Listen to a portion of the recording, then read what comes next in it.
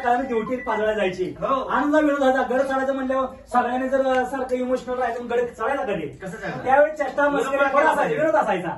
त्या ठिकाणी शिवाजी महाराजांचे कुलदैवत म्हणजे कुलस्वामी तुळजाभवानी माता त्यावेळेस दिवसा गोंधळी होती. आपले नाना प्रकारे लोक 12 प्रगट जाती महाराजांच्या संगत होत्या, 18 प्रगट जाती महाराजांच्या संगत असायची, गोंधळी असायची, मुसलमान असायची, प्रत्येक नाना प्रकार लोक होते. त्यावेळेस लोक गुणगान गायचे. कोण अंबाबाईचं गुणगान गायचं, कोण नाथाचं, कोण खंडोबाचं, कोल्हाटी समाज सगळे असायचे. मग हा विनोद म्हणून काय त्यावेळेस ड्युटी असायची.